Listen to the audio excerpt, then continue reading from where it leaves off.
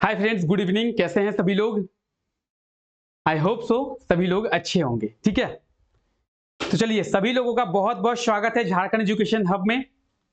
सभी लोग जुड़ गए हैं क्या टाइम पे? ठीक है, तो सभी लोगों का बहुत बहुत स्वागत है झारखंड एजुकेशन हब में। और आज से ये क्लास शुरू हो रही है, आज से ये सेशन शुरू हो रही है। और इस सेशन में हम लोग झारखंड जीके के महत्वपूर्ण क्वेश्चंस के बारे में देखेंगे। झारखंड जीके के वो क्वेश्चंस जो कि जेएसएससी और जेपीएससी के द्वारा कई सारे एग्जाम्स में पूछा गया है और आगे भी कई सारे एग्जामों में आप लोगों को पूछा जाएगा। अगर आप भी जेएसएससी या फिर जेपीएससी का कोई एग्जाम देने वाले हैं, मान लेते हैं सपोज दैट कि आप लोग सीजीएल का एग्जाम जो है वो देने वाले हैं, तो अगर आप लोग सीजीएल का एग्जाम देने वाले हैं तो सीजीएल के एग्जाम में भी आप लोगों को झारखंड जीके से 40 क्वेश्चंस मिलेंगे। और बहुत सारे ऐसे क्वेश्चंस हैं जो कि बार बार रिपीट किए गए क्वेश्चंस हैं। तो अगर आप क्लास में उन सभी क्वेश्चंस के बारे में देख लेते हैं तो आपको बहुत आसानी से आंसर दे पाएंगे एग्जाम में उन क्वेश्चंस के। ठीक है, तो चलिए फिलहाल हम लोग क्लास को शुरू करते हैं। और जो भी जेपीएससी और जेएसएससी के प्रीवियस ईयर के क्वेश्चंस हैं उन सभी क्वेश्चंस को इस क्लास में हम लोग देखेंगे। क्लास रोजाना रात को 8 बजे होगी, तो रोजाना रात को 8 बजे मेरे साथ इस क्लास में जुड़ना ना भूले। और झारखंड जीके का ये बहुत इंपॉर्टेंट क्लास होगा, रामबाण ये क्लास होगा। और इस क्लास से आप लोगों को बहुत ज्यादा हेल्प जो है वो मिलेगा, यानी ये क्लास बहुत ज्यादा बेनिफिशियल आप लोगों के लिए रहने वाली है। ठीक है, चलिए क्लास शुरू करते हैं। और ये रहा आज के लिए आपका पहला क्वेश्चन। पहला क्वेश्चन है, किस वर्ष अलग झारखंड मांग के लिए एक ज्ञापन के साथ साइमन कमीशन जो है वो प्रस्तुत किया गया था? बताएंगे। बहुत इंपॉर्टेंट क्वेश्चन है और जेपीएससी में पूछा गया क्वेश्चन है, जेपीएससी के एग्जाम में पूछा गया है। बताएंगे किस वर्ष अलग झारखंड मांग के लिए एक ज्ञापन के साथ जो है वो साइमन कमीशन को प्रस्तुत किया गया था? देखिए, अगर झारखंड की मांग की बात करें तो ऐसा है नहीं कि अभी हम लोगों ने झारखंड मांगा और झारखंड बन गया या फिर झारखंड मिल गया। आपको पता होगा कि झारखंड का निर्माण हुआ है 15 नवंबर 2000 में, लेकिन झारखंड की जो मांग है वो 1912 में शुरू हुआ था। ठीक है, तो 1912 1914 से झारखंड की मांग जो है वो की जाती रही है। इसी मांग में बहुत सारे आंदोलन होते हैं, बहुत सारे लोगों का जमावड़ा होता है। झारखंड के आंदोलन में कई सारे महत्वपूर्ण व्यक्ति आते हैं जिनका योगदान जो है वो झारखंड के आंदोलन में देखने को मिलता है। झारखंड के निर्माण में बहुत सारे लोगों की जो भूमिका है वो देखी जा सकती है और तब जाकर झारखंड का निर्माण होता है सन 2000 में। ठीक है, तो अलग झारखंड मांग के लिए एक ज्ञापन प्रस्तुत किया गया था और जो कि किया गया था साइमन कमीशन के द्वारा। अच्छा, साइमन कमीशन से एक चीज याद रखेंगे, आप लोगों ने एक नारा सुना है, go Simon go back, Simon go back. ठीक है, तो साइमन गो बैक के भी नारे लगे थे अगर आप इतिहास पढ़े होंगे तो ये जो ज्ञापन है ये प्रस्तुत किया गया था 1930 में। कब? 1930 में। ठीक है, तो ऑप्शन डी इसका बिल्कुल सही आंसर हो जाएगा। आप लोग देख सकते हैं किस वर्ष अलग झारखंड मांग के लिए एक ज्ञापन के साथ जो है वो साइमन कमीशन प्रस्तुत किया गया था, तो 1930 ऑप्शन डी इसका बिल्कुल सही आंसर हो जाएगा। क्लियर है? क्लियर? तो आप देख सकते हैं साइमन गो बैक के भी नारे लगे थे। ठीक है, तो आप ये इनके हाथ में झंडा और पोस्टर भी देख सकते हैं जिसमें साइमन गो बैक जो है वो लिखा हुआ है। ठीक है, चलिए आगे बढ़ते हैं। बहुत इंपॉर्टेंट क्वेश्चन है, वर्तमान में झारखंड स्पेस एप्लीकेशन सेंटर के अध्यक्ष कौन है? यानी झारखंड स्पेस एप्लीकेशन सेंटर के चेयरमैन कौन है? बताएंगे। बताएंगे किनको किनको पता है? चलिए बताएंगे क्या होगा सही आंसर। अगर सही आंसर की बात की जाए तो क्या होगा बताएंगे? झारखंड स्पेस एप्लीकेशन सेंटर, सही आंसर होगा आर रोनीता, यानी ऑप्शन डी। क्या होगा सही answer? Option D R Ronita. Jharkhand space application centre के चेयरमैन कौन है, अध्यक्ष कौन है अभी? तो आर रोनीता। चलिए आइए बात करते हैं। आप देखेंगे यहां पे आर रोनीता दिया हुआ है और आर रोनीता जो है वो झारखंड स्पेस एप्लीकेशन सेंटर के चेयरमैन है, डायरेक्टर हैं, अध्यक्ष हैं। और अगर हम लोग बात करें तो इसकी स्थापना कब की गई थी? इसकी स्थापना की गई थी 2003 में। ठीक है, झारखंड स्पेस एप्लीकेशन सेंटर की स्थापना किस वर्ष किया गया था? तो झारखंड स्पेस एप्लीकेशन सेंटर की स्थापना की गई थी 2003 में, और इसके अभी वर्तमान डायरेक्टर कौन है, वर्तमान अध्यक्ष कौन है, तो आर रोनिता जो है इसके अभी वर्तमान डायरेक्टर हैं। तो बहुत ही इजीली आप इन दोनों चीजों को देख सकते हैं, और अगर सही आंसर की हम लोग बात करें तो ऑप्शन डी इसका बिल्कुल सही आंसर हो जाएगा। ठीक है, क्लियर है। चलिए एक काम करेंगे, आप लोग कॉपी जब आप लोग लिए हुए हैं तो कॉपी में आप लोग नोट करेंगे कि हम लोग टोटल अभी 25 क्वेश्चंस देखेंगे आज की क्लास में। तो 25 में से कितने क्वेश्चंस के आप लोग सही आंसर दे पा रहे हैं। जैसे आप लोगों ने पहला क्वेश्चन देखा तो 1 नंबर लिख के उसमें राइट करेंगे कि हाँ आपने सही आंसर दिया। 2 नंबर लिखकर अगर आप सही आंसर देते हैं तो राइट करेंगे, अगर आप गलत आंसर देते हैं तो उसमें रॉन्ग का जो साइन है वो आप लोग दे देंगे, यानी ऐसे काट देंगे। ठीक है, जिससे आपको लास्ट में पता चलेगा कि 25 में से कितने क्वेश्चंस के आप लोग सही आंसर कमेंट करके बता पाए हैं। ठीक है, लास्ट में आप लोग कमेंट भी करें कि आपने कितने क्वेश्चंस जो है वो सही आंसर दिए हैं। चलिए आगे देखते हैं अगला क्वेश्चन क्या है। अगला क्वेश्चन है, किस संथाली नाटककार को उनके उपन्यास राही रावण काना के लिए साहित्य अकादमी पुरस्कार दिया गया है। बताएंगे, जेएसएससी के स्टेनोग्राफर एग्जाम में पूछा जा चुका है। ठीक है, जेएसएससी स्टेनोग्राफर के एग्जाम में पूछा जा चुका है कि किस संथाली नाटककार को उनके उपन्यास राही रावण काना के लिए साहित्य अकादमी पुरस्कार दिया गया है। बताएंगे क्या होगा सही आंसर, बताएंगे। राही रावण काना इस उपन्यास के रचनाकार कौन है, इस उपन्यास के लेखक कौन है। सही आंसर क्या होगा, सही आंसर हो जाएगा इसका ऑप्शन सी, भोगला सोरेन। कौन होंगे, भोगला सोरेन। ऑप्शन सी बिल्कुल सही आंसर हो जाएगा। चलिए देखते हैं भोगला सोरेन। तो ये आप भोगला सोरेन को देख पा रहे हैं और इन्हीं की रचना है क्या, राही रावण काना। ठीक है, तो राही रावण काना जो उपन्यास है वो इन्हीं की रचना है, इनका नाम है भोगला सोरेन। और सही आंसर की अगर हम लोग बात करें ऑप्शन सी बिल्कुल सही आंसर हो जाएगा। ठीक है, चलिए आगे बात करते हैं। आइए, पहाड़ी विद्रोह के प्रथम चरण का नेतृत्व किसने किया था। बताएंगे, पहाड़ी विद्रोह, अगर पहाड़ी विद्रोह की बात करेंगे तो मेनली पहाड़ी विद्रोह के आप लोग नेता की बात करें या फिर पहाड़ी विद्रोह का नेतृत्व किसने किया था, तो आप लोग सही आंसर कमेंट करके बताएंगे तिलका मांझी। लेकिन तिलका मांझी दूसरे चरण, पहाड़ी विद्रोह के दूसरे चरण में, पहले चरण में कौन, तिलका मांझी सही आंसर नहीं है। ठीक है, सभी लोग कमेंट करेंगे तिलका मांझी नहीं, तिलका मांझी पहाड़ी विद्रोह के दूसरे चरण को नेतृत्व किया था। लेकिन पहले चरण में पहाड़ी विद्रोह की शुरुआत किनके द्वारा किया गया था, पहाड़ी विद्रोह के प्रथम चरण में किन्होंने नेतृत्व किया था। क्या होगा सही आंसर, सही आंसर होगा रमना आहाड़ी। क्या होगा, ऑप्शन ए रमना आहाड़ी। देखिए अगर पहाड़ी विद्रोह की बात करें तो हम लोग 1772 1772 से लेकर 1782 तक पहाड़ी विद्रोह पढ़ते हैं, और ये जो आप टाइम ड्यूरेशन देख रहे हैं ये तिलका मांझी का पहाड़ी विद्रोह है, जो कि दूसरा चरण है पहाड़ी विद्रोह का। पहाड़ी विद्रोह की शुरुआत की अगर हम लोग बात करें तो रमना आहाड़ी के द्वारा 1766 में किया गया था। ठीक है, याद रखें 1766 में पहाड़ी विद्रोह के प्रथम चरण का नेतृत्व किया था रमना आहाड़ी ने। ठीक है, और दूसरे चरण का नेतृत्व जबरा पहाड़िया या फिर तिलका मांझी। ठीक है, चलिए आगे बात करते हैं। तिलका मांझी को किस स्थान पर फांसी दिया गया था। बहुत इंपॉर्टेंट क्वेश्चन है, बहुत ज्यादा इंपॉर्टेंट, और जेपीएससी का फेवरेट, जेएसएससी का भी फेवरेट। कई बार पूछा गया है कि तिलका मांझी को कहां पे फांसी दिया गया, किस स्थान पर। बताएंगे, बहुत इंपॉर्टेंट क्वेश्चन ये।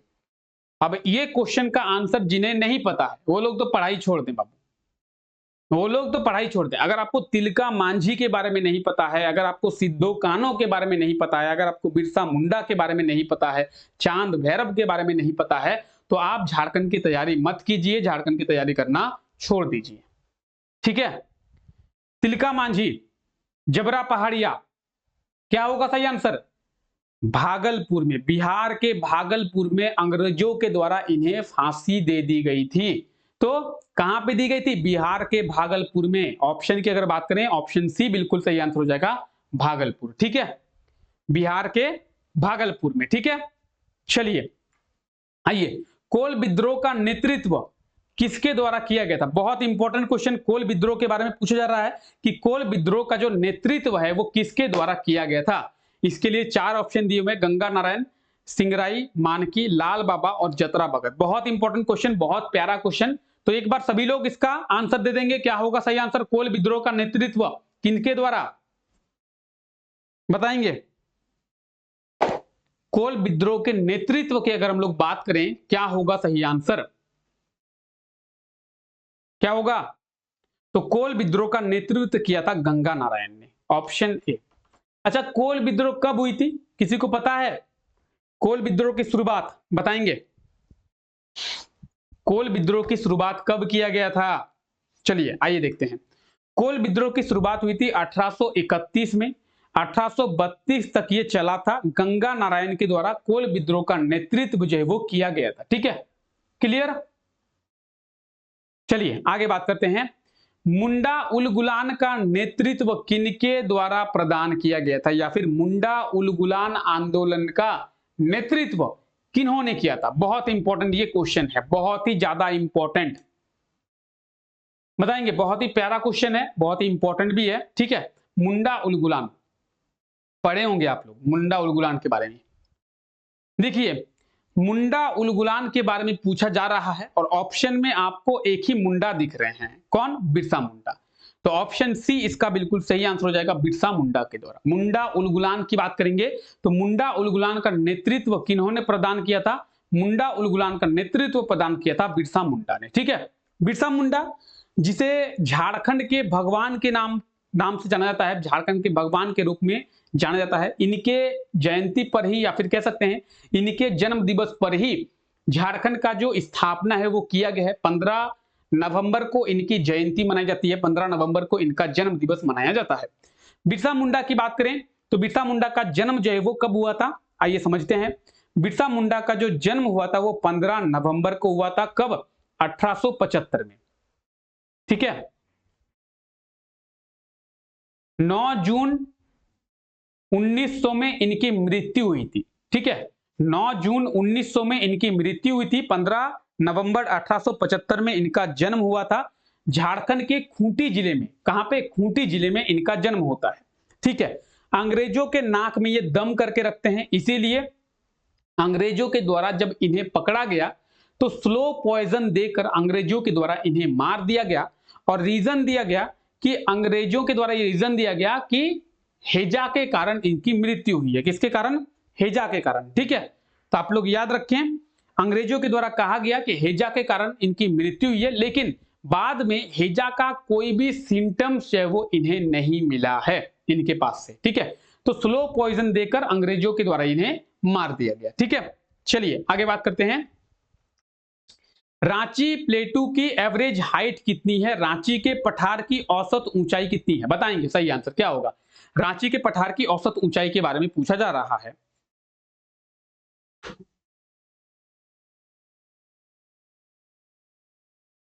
सही आंसर क्या होगा? सही आंसर होगा रांची के पठार की एवरेज हाइट कितनी है? 600 मीटर। कितनी है? 600 मीटर, यानी ऑप्शन ए जो है इसका बिल्कुल सही आंसर हो जाएगा 600 मीटर। अच्छा, झारखंड जो है एक प्लेटू एरिया ही है। अगर आप झारखंड के जियोलॉजिकल एरिया के बारे में पढ़ेंगे, झारखंड के भूगर्भिक संरचना के बारे में पढ़ेंगे, तो आपको पता चलेगा कि झारखंड का जो पूरा एरिया है वो एक प्लेटू एरिया है, पठारी भाग है। और झारखंड, पूरे झारखंड में आपको पठारी भाग ही देखने को मिलेगा।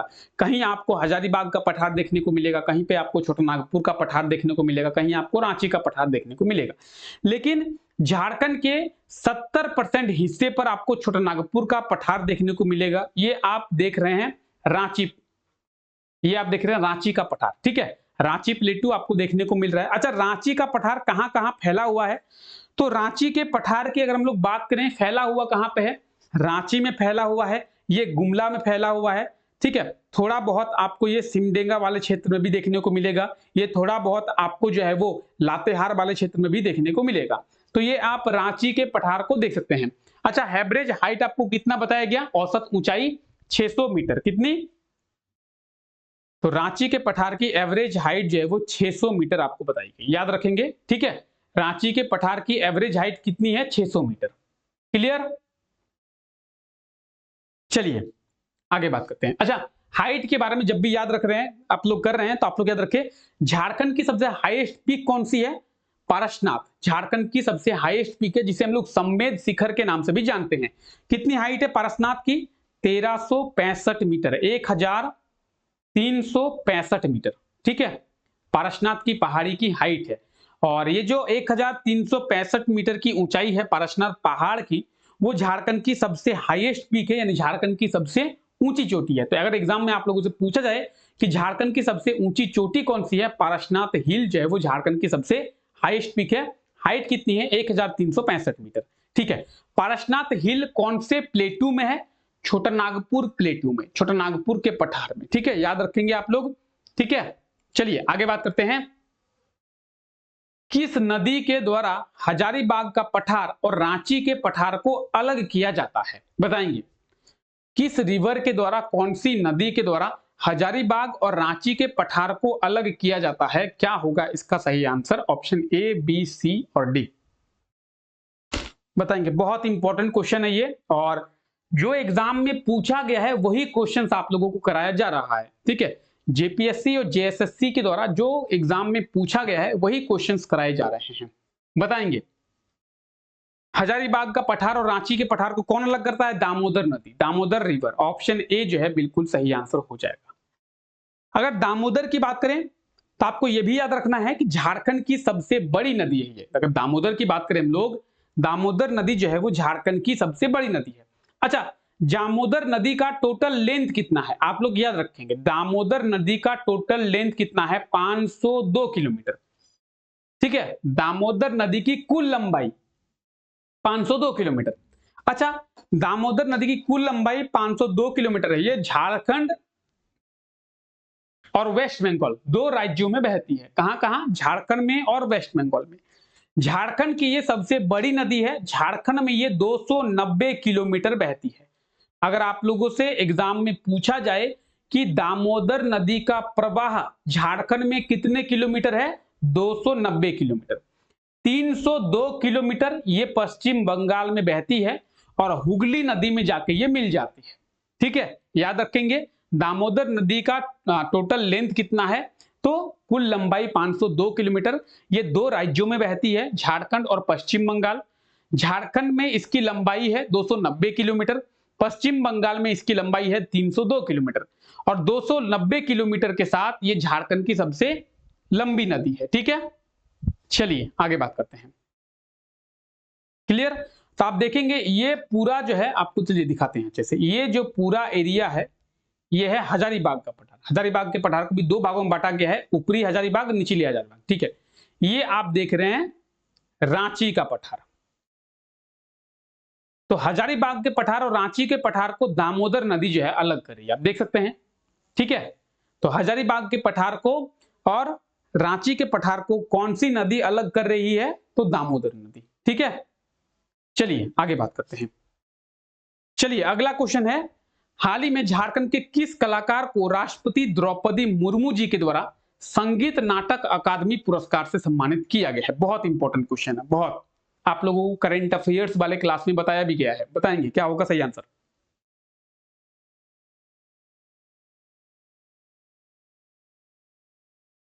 सही आंसर होगा परीक्षित महातो, ऑप्शन ए।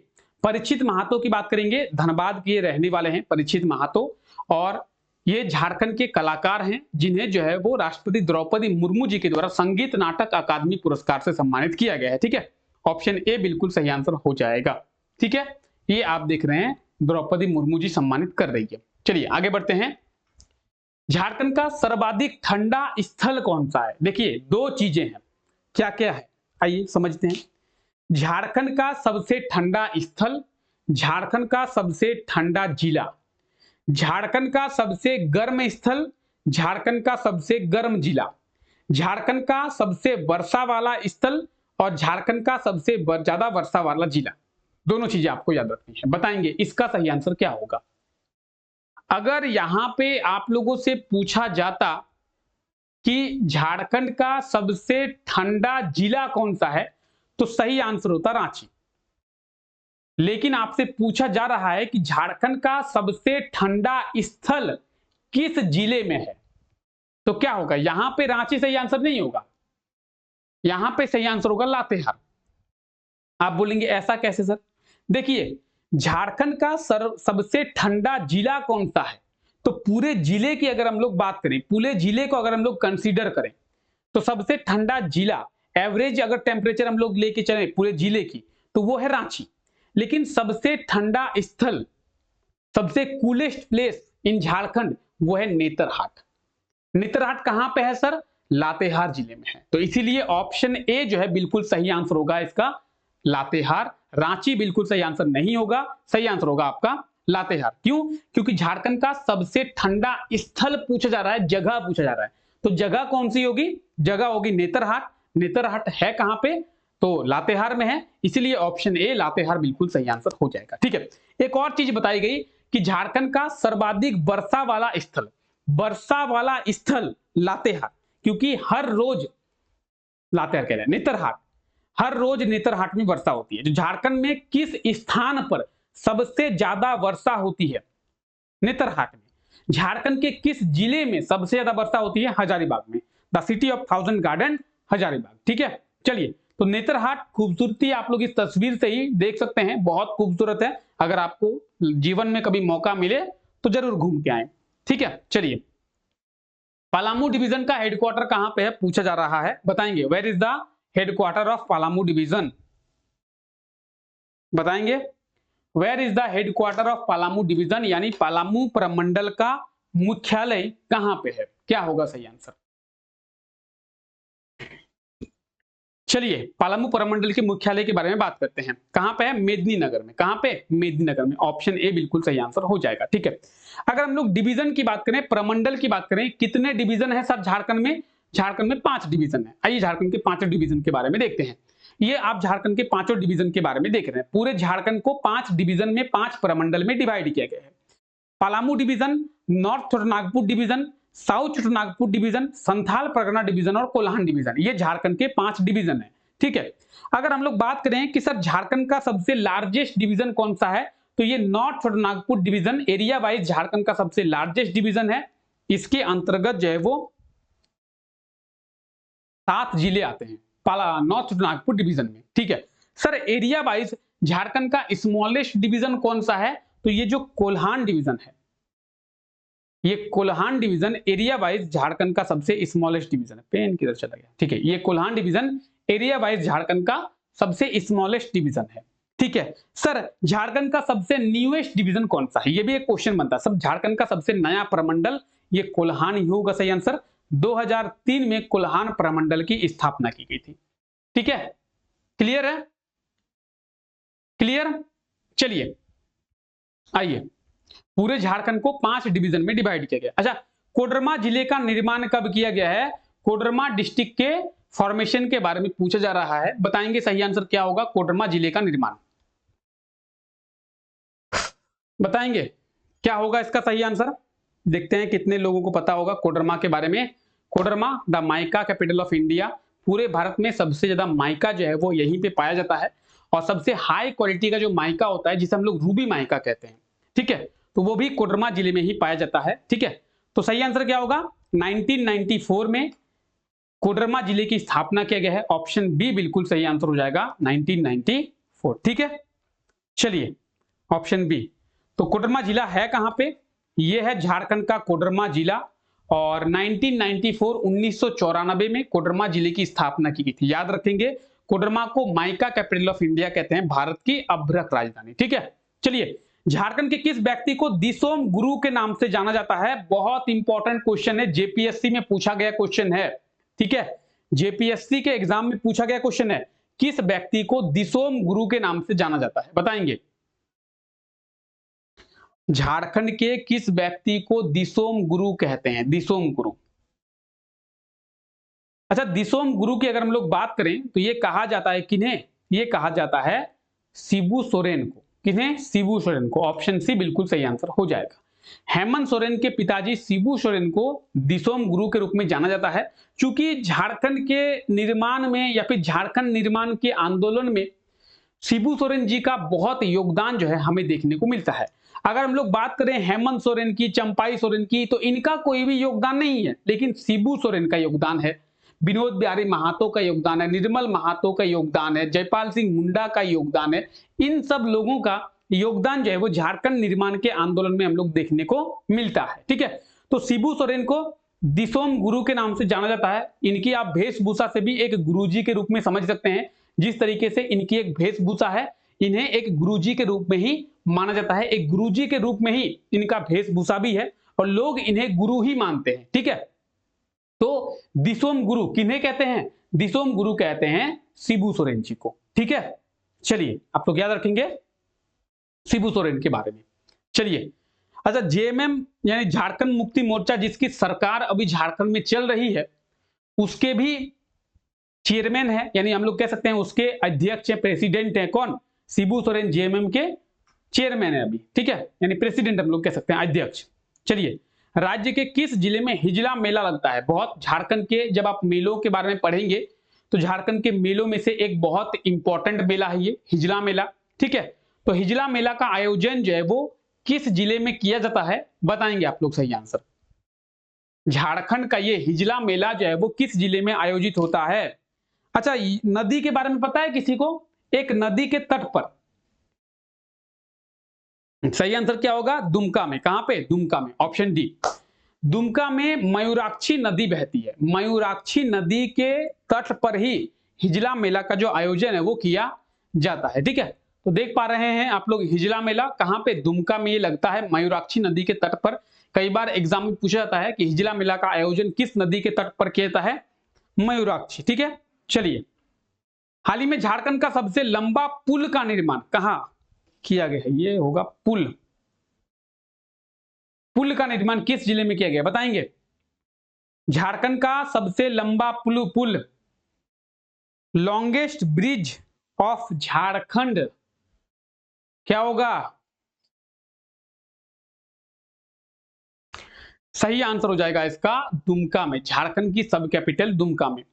झारखंड की सब कैपिटल दुमका में झारखंड का सबसे लंबा पुल बना है। ये आप झारखंड का सबसे लंबा पुल देख रहे हैं। अच्छा, इसका लेंथ कितना है?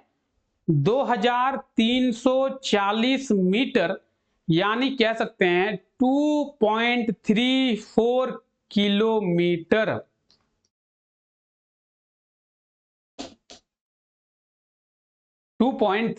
किलोमीटर या फिर 2340 मीटर।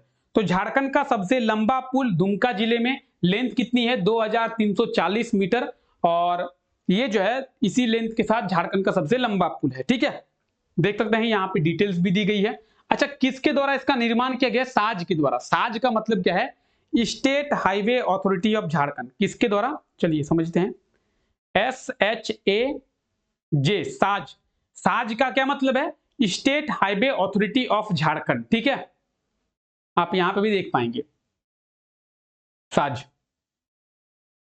चलिए, दुमका जिला आप देख सकते हैं झारखंड के मैप में कहां पे है दुमका जिला, और इसी दुमके जिले में क्या? Longest bridge of Jharkhand. चलिए, लोकसभा चुनाव 2024 में, अच्छा, लोकसभा का जो चुनाव हुआ 2024 में कुछ दिनों पहले हुई है, उसमें बीजेपी को कितनी सीटें मिली है? बहुत आसान सा क्वेश्चन है ये, और एग्जाम में लोकसभा के चुनाव से भी क्वेश्चंस आप लोगों को देखने को मिलेंगे।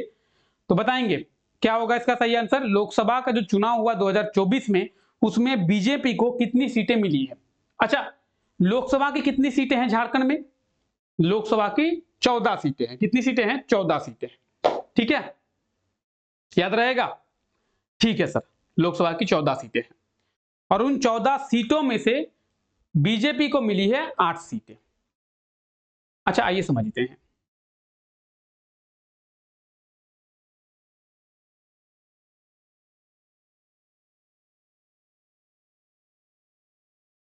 जनरल, एसटी और एससी। जनरल के लिए 8 सीटें हैं लोकसभा की, एसटी के लिए 5 सीटें और एससी के लिए 1 सीट। ठीक है, तो अगर आप लोगों से पूछा जाए एग्जाम में कि लोकसभा सीटों में से कितनी सीटें अनुसूचित जनजाति यानी शेड्यूल ट्राइब के लोगों के लिए आरक्षित है, तो उसका सही आंसर होगा 5 सीटें। अनुसूचित जाति के लोगों के लिए, शेड्यूल कास्ट के लोगों के लिए 1 सीट, और जनरल के लिए 8 सीट। ठीक है, 8 5 13 1 14। ठीक है, चलिए, तो बीजेपी को 8 सीट मिली है लोकसभा इलेक्शन 2024 में। जेएमएम की बात करेंगे, जेएमएम को 3 सीट मिली है, कांग्रेस को 2 सीट मिली है और आजसू को 1 सीट मिली है। ठीक है, तो ये आप टोटल 14 सीटें को सिनेरियो जो है देख सकते हैं। ठीक है, चलिए, अच्छा, किन्हें किन्हें कौन सा सीट मिला है, कौन से पार्टी से कौन जीते हैं, झारखंड के 14 लोकसभा सीटों के एमपी के बारे में आप यहाँ पे देख सकते हैं, दिया हुआ है। ठीक है, कौन सी सीट से कौन विजेता बने हैं। चलिए, आपको 2 चीजें याद रखनी है। क्या क्या याद रखना है? कोडरमा का अन्नपूर्णा देवी आपको याद रखना है और रांची के संजय सेठ को याद रखना है। मोदी कैबिनेट में इन्हें जगह मिली है। ठीक है, चलिए, हाल ही में झारखंड के कितने सांसद केंद्रीय कैबिनेट में मंत्री बने हैं? अभी बताया गया आप लोगों को 2, अन्नपूर्णा देवी जो कि कोडरमा की सांसद है, संजय सेठ जो कि रांची के सांसद हैं। बिल्कुल सही आंसर हो जाएगा ऑप्शन बी 2। ठीक है, ऑप्शन बी बिल्कुल सही आंसर हो जाएगा। चलिए, आगे बात करते हैं। ये आप देख सकते हैं अन्नपूर्णा देवी को और संजय सेठ को भी आप लोग देख पा रहे हैं। ठीक है, शपथ ले रहे हैं, शपथ ग्रहण समारोह का ये तस्वीर है। ठीक है, आगे बात करेंगे। झारखंड सरकार के द्वारा अब लोगों को कितने यूनिट प्रति महीने बिजली देने की घोषणा किया गया है? तो आप लोगों को बताया गया था कि जुलाई से ये जो बिजली देने का योजना है ये शुरू किया गया है और ये कहा गया है कि 1 अगस्त को जब बिल आएगा तो उसमें माफ हो जाएगा।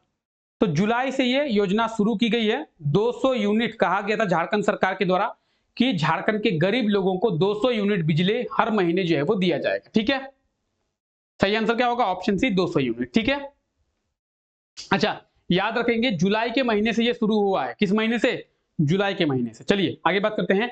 झारखंड के प्रथम मुख्यमंत्री कौन थे? बताएंगे, बहुत इंपॉर्टेंट ये क्वेश्चन है कि झारखंड के पहले चीफ मिनिस्टर कौन थे, झारखंड के प्रथम मुख्यमंत्री कौन थे, बताएंगे। सही आंसर क्या होगा? बिल्कुल आसान सा ये क्वेश्चन है, बहुत ही प्यारा क्वेश्चन है, बाबूलाल मरांडी। ठीक है, तो ये आप बाबूलाल मरांडी देख रहे हैं, आप लोग सभी लोग इन्हें पहचानते होंगे। झारखंड के ये पहले मुख्यमंत्री हैं। ठीक है, झारखंड का मतलब क्या है ये पूछा जा रहा है। झारखंड का मतलब क्या है? झारखंड एक नाम है और हर नाम का एक मतलब होता है। आपका भी कोई नाम होगा, ठीक है, जैसे किसी का नाम होगा कोमल। कोमल का मतलब क्या होता है? थोड़ा नरम। कोमल का मतलब क्या होता है? नरम। ठीक है, तो हर शब्द का एक मतलब होता है, हर नाम का एक मतलब होता है। तो ये जब नाम देख रहे हैं, झारखंड जो कि हमारे राज्य का नाम है, उसका मतलब क्या है ये पूछा जा रहा है। देखिए, झारखंड का मतलब क्या है? झाड़ और खंड 2 शब्दों से ये मिलकर बना हुआ है। कौन? झारखंड। झाड़ और खंड। झाड़ का मतलब क्या है? जंगल झाड़, और खंड का मतलब क्या है? भूमि। तो जंगल झाड़ की भूमि यानी जंगलों की भूमि, या फिर जंगलों का टुकड़ा, जंगलों की भूमि का टुकड़ा, इस तरीके से समझ सकते हैं। तो अगर हम लोग कहें झाड़ों का प्रदेश, बिल्कुल सही आंसर हो जाएगा, तो ऑप्शन ए बिल्कुल सही आंसर हो जाएगा। झाड़ों का प्रदेश या फिर जंगलों की भूमि, जंगलों का प्रदेश, जंगलों की भूमि का टुकड़ा, इस प्रकार से आप समझ सकते हैं। ठीक है, चलिए, कर्क रेखा झारखंड के किस नगर से होकर गुजरती है, बताएंगे। अच्छा, कर्क रेखा यानी ट्रॉपिक ऑफ कैंसर, आप लोग जानते होंगे। ट्रॉपिक ऑफ कैंसर भारत के बीचों बीच से होकर गुजरती है और भारत के 8 राज्यों से होकर गुजरती है, आप सभी को पता होगा। जब ये भारत के 8 राज्यों से होकर गुजरती है तो इन 8 राज्यों में एक राज्य हमारा झारखंड भी है। झारखंड से भी ये गुजरती है और झारखंड के बीचों बीच से गुजरती है। जिस तरीके से कर्क रेखा भारत को 2 इक्वल पार्ट में डिवाइड करती है, उस तरीके से झारखंड को भी 2 इक्वल पार्ट में डिवाइड करती है, नॉर्थ में और साउथ में। और झारखंड के किस नगर से होकर? रांची से होकर कर्क रेखा जो है गुजरती। ऑप्शन ए बिल्कुल सही आंसर हो जाएगा। ठीक है, आइए देखते हैं। अगर हम लोग भारत के 8 राज्यों की बात करें तो आप देख रहे हैं, सबसे पहले ये गुजरात, उसके बाद राजस्थान, उसके बाद मध्य प्रदेश, उसके बाद छत्तीसगढ़, झारखंड, पश्चिम बंगाल, पश्चिम बंगाल के बाद त्रिपुरा और मिजोरम। 7 नंबर और 8 नंबर है त्रिपुरा और मिजोरम। तो राजस्थान, गुजरात, मध्य प्रदेश, छत्तीसगढ़, झारखंड, पश्चिम बंगाल, त्रिपुरा और मिजोरम, ये 8 राज्य हैं भारत के जहां से कर्क रेखा गुजरती है।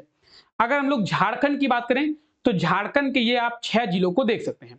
अच्छा, 6 जिले कौन कौन है? चलिए आइए बात करते हैं। पेन का कलर चेंज कर लेते हैं थोड़ा।